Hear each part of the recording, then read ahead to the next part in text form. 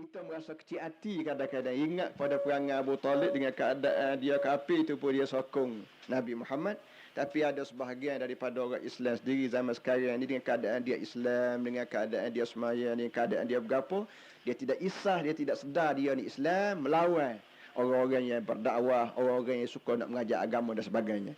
Ini satu hal yang amat mengecewakan kita dan satu hal yang amat memalukan kita. Berbanding dengan Abu Talib, ia sampai mati dia tidak beriman dengan anak saudara dia kerana dia kata malu nak tinggal agama datuk nenek, nak tinggal semua berhala, nak tinggal semua tokon ni, merasa malu nak turut anak saudara. Moga dia ni pak saudara.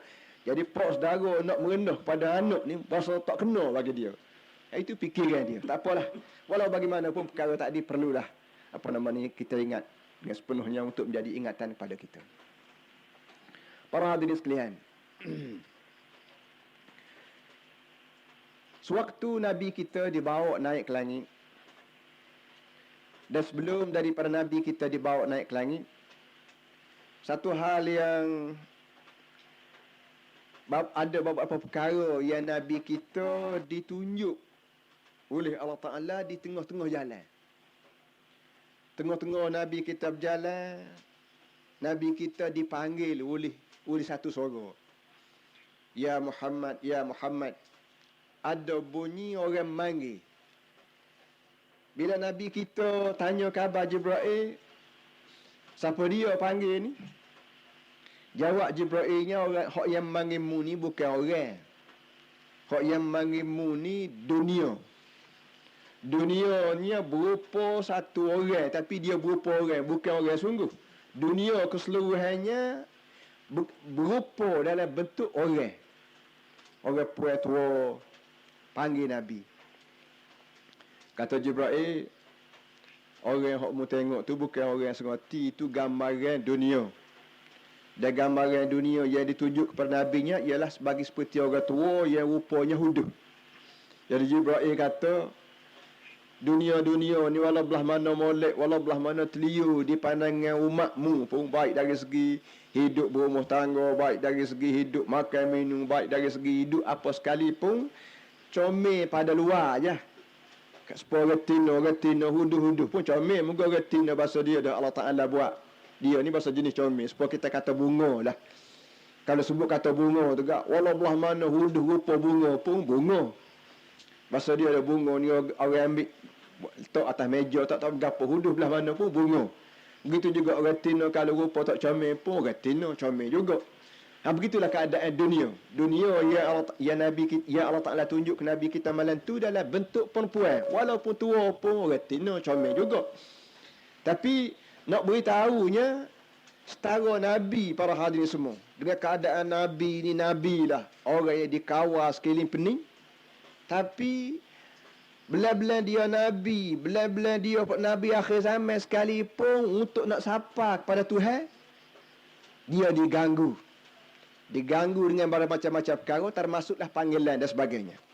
Itu nak beri ingatan kepada kita semua para hadirin semua, semasa kita hidup di muka dunia ni, bila saja kita ada cadangan nak berdakwah dengan agama, nak berapak dengan Allah Ta'ala, nak berapak dengan akhirat misalnya, tak lari dah. Mesti ada galangan, mesti ada gangguan, mesti ada panggilan. Usahakan kita, Nabi kita pun ada gitu juga. Sebab itulah agaknya para hadirin semua, tuan-tuan boleh ingat, waktu Nabi kita nak naik ke langit, waktu Nabi kita nak bertolak daripada Mekah, nak pergi naik ke langit ni, lebih dulunya Jibril belah perut Nabi kita Muhammad sallallahu alaihi wasallam. Ya sepatutnya mau cerita hak ni dulu tak ada. Ingat tak apalah, mau ingat sebut sekarang.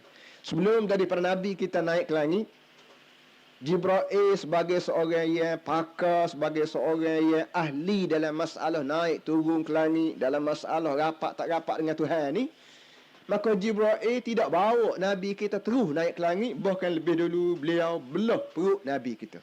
Dan dalam kitab-kitab hadis, peristiwa ini disebut syaqqus sadri. Hadithah syaqqus sadri. Dia belah perut. Sebagaimana doktor di muka dunia ni, dia belah perut orang sakit. Kerana selagi tidak belah perut, maka penyakit tu ada. Dan selagi penyakit ni wujud, maka selama itulah orang ni nak bertugas tak boleh. Baik pun peladan, baik pun petani, baik pun nelayan, baik pun pegawai kerajaan, selagi penyakit tu adalah perut, Maka selama tu dah tak lewat kerja, mau tak mau mesti dibelah buah. Begitulah Jibril sebagai seorang malaikat ia bijak dalam masalah naik turun ke langit, dalam masalah rapat tak rapat dengan Tuhan ni. Jibril tahu 100% bahawa selagi manusia mempunyai benda tu dalam, maka selama itulah manusia tidak boleh berapat dengan Allah Subhanahu Wa Taala. Dengan tubuh badannya, dengan amal ibadatnya, dengan tafakurnya, dengan tadabburnya, manusia tak boleh rapat selagi benda hak kotor tu ada dalam tubuh. Benda hak kotor yang disebut diberi nama huzuzus syaitan. Benda yang disebut huzuzus syaitan. Apa panggil stesen tempat syaitan duk main. Stesen tempat syaitan duk pergi mari situ. Dan sebagaimana cabar 3, cabar 4, ada wakah cabar 3, cabar 4 kat budak-budak. Main haji lah, main berapa orang nak lalu pun susah. Budak-budak balik sekolah punya ganggu dia. Selagi tak buang wakah, selagi tak tolak, tak bakar wakah. Tengok susah semualah budak-budak lalu situ. Begitu jugalah dalam tubuh kita ni ada wakah tempat syaitan duduk. Betul mana wallahu alam. Walau bagaimanapun seluruh manusia di muka dunia ni Allah Taala bubuh belaka stesen tempat syaitan dan stesen tempat malaikat. Wakah tempat syaitan duduk berayun, malaikat wakah tempat malaikat duduk berayun. Ini tak lari dah bukan ni. Selagi wakah tempat syaitan duduk main, duduk berayun, gapo ni ada, maka selama itulah orang tak boleh rapat dengan Allah Taala. Kalau sembahyang pun tak boleh rapat dengan sembahyang dia. Kalau dia puasa, dia mengaji, dia mengatik, dia berzikir, dia berdakwah, dia apa saja pun, selagi benda penyakit syaitan ni wujud dalam tubuh dia, maka selama itulah manusia mustahil boleh berapat dengan Allah Subhanahu Wa Taala. Oleh yang demikian, oleh kerana Nabi ni dicadar sejak azali lagi untuk dibawa naik ke langit, maka Jibril lebih dulu belah tahu bagian ni supaya tubuh Nabi kita bersih, suci, jiwa dia, zahir dia, batin dia suci, bersih daripada gangguan syaitan dan daripada godaan dunia dan sebagainya. Ini semua ni para hadirin semua memberi pengajaran kepada kita sebagai umat Nabi. Pengajaran kepada hamba, pengajaran kepada siapa pun. Baik pun kita kampung, baik orang bandar, baik orang pejabat, baik orang meniaga, baik orang apa pun. Segala kerja buat kita lah ni. Start daripada perniagaan kita, semaya bank kita, haji kita, puasa roh kita. Jangan diharap barang ni boleh kita buat bekal di akhirat kelak. Untuk kita nak tupai dia. Selagi kita, waktu kita buat di muka dunia ni, duk capu-capu dengan pujukan syaitan, dengan rayuan syaitan. Kalau kita buat tindak lillahi ta'ala, baik kita semayang, baik kita mengaji, baik kita berpolitik, baik kita jadi pegawai kerajaan, baik jadi apa saja pun, selagi kita buat tu atas dasar, tidak dasar Allah Ta'ala, bukan dasar syaitan, maka jangan diharap barang tu bila kita bangun kubur di akhirat kelak, kita boleh menupai dia. Sedangkan para hadirin semua, Allah Ta'ala berfirman, ya ayyuhalladzina amanu attaqullah wal tanzur nafsum ma qaddamat lighad wattaqullah innallaha khabirum bima ta'malun. Ya ayyuhalladzina amanu attaqullah wal tanzur nafsum ma qaddamat lighad.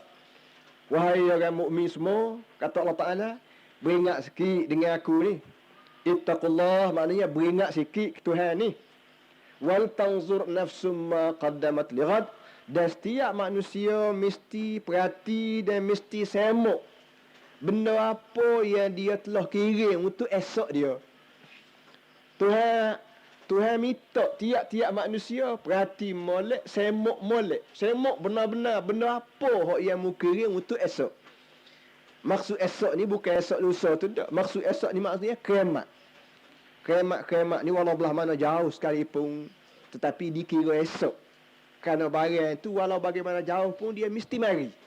Jadi barang jauh, Allah Ta'ala tak siwi bunyi jauh, dia bubuh nama esok. Supaya kita ni tidak berasa jauh sangat dengan kiamat. Kerana barang ni seakan-akan esok lalu. Jadi oleh kerana kiamat ni walaupun jauh, tapi dia boleh jadi esok setengah tinggi mati malam 5 kan. Esoklah kiamat kita untuk kita seorang ni.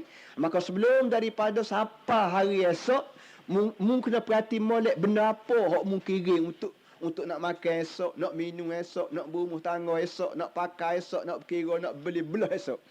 Kerana esok ni makna kiamat ni bila kita sapa sana adik kakak kita sapa dengan tangan jari 10 ya. Kita tak bawa beras putih dalam kubur kita. Tak bawa air titik untuk nak minum di kubur kau daripada masyarakat. Tak bawa kain selah, tak bawa rumah kayu seputung kau untuk nak berumah tangga daripada masyarakat. Gapo tak ada. Apa yang kita bawa hanya kerja buat kita. Hak kita panggil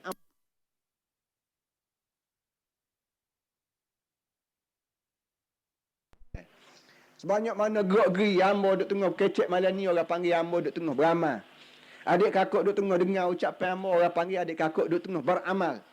Apa saja gerak-geri kita di muka dunia ni namanya amalan. Soalnya, adakah amalan yang keluar daripada kita sekarang ni boleh kita tupai semua di akhirat kelak? Jawabnya tidak. Amalan hak kita boleh tupai ni hanya amalan yang kita buat lillahi ta'ala. Selain daripada hak lillahi ta'ala, hak kita buat dengan nafsu kita, dengan penguh kita, dengan hati baik, dengan hati kaca kita, dengan berapa kita, semua ni amalan ni tak boleh kita tupai. Bahkan barang tu jadi bala atas kita pula. Start daripada kubur terus pada mahsyar sampai ke neraka, semua amalan itulah amalan yang menjadi bahaya atas kita terus menerus. Sebagaimana adik kakak pergi mengaji semalam di Masjid Amr semalam, kebetulan semalam duk baca begitulah.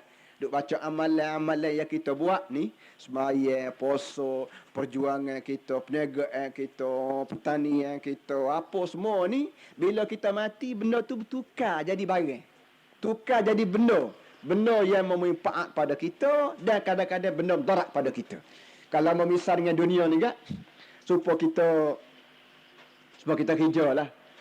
Atau dunia ni ada orang tanam ubi, ada orang tanam padi, ada orang berjual begitu begini. Walau bagaimanapun segala kerja buat kita ni, kalau kita tanam padi, kalau kita menanam ubi, kalau kita makan gaji pun, dia tidak sudah dengan ubi tu sama-sama dia. Ubi itu bertukar jadi pitih. Bila kita jual, boleh pitih. Dan pitih tu pula bertukar kalau kita nak buat rumah. Pitih tu pula bertukar jadi kayu, bertukar jadi semi, bertukar jadi itu, jadi ini. Barang itu sendiri, pitih yang dapat tangan kita ni, bertukar pada barang-barang yang menjadi keperluan hidup kita.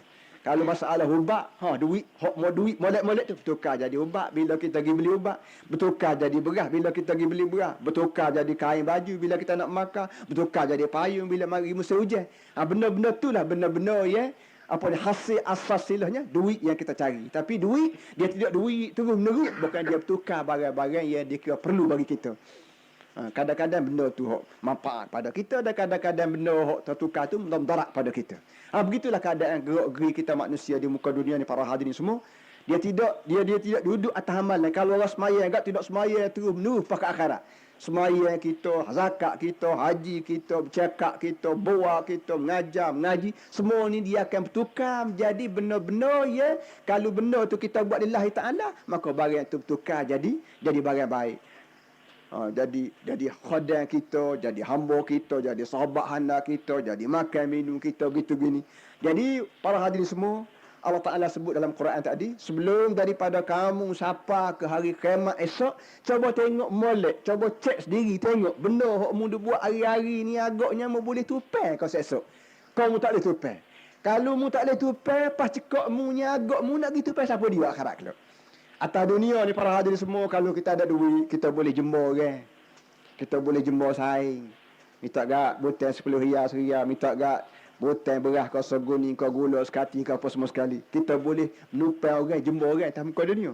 Di akhirat kelak, masalah nak jembor orang, nak tupai orang, tak ada. Siapa dia bawa bekal banyak, orang tu selamat. Orang siapa tak bawa bekal banyak, neraka. Itu dia duduk. Dia dua tu je. Kalau tidak syurga, neraka. Sebab itulah Allah Ta'ala pesan sangat, belum daripada sampai hari besok, tengok-tengok sikit gak, hak benda membuat tu betul kau dengan kehendak aku, tak pun tak betul. Jadi sebab itulah, sebelum daripada Nabi kita naik ke langit, Jibril alaihissalam belah perut Nabi kita, buang benda hak tak molek, supaya menjadi contoh kepada kita.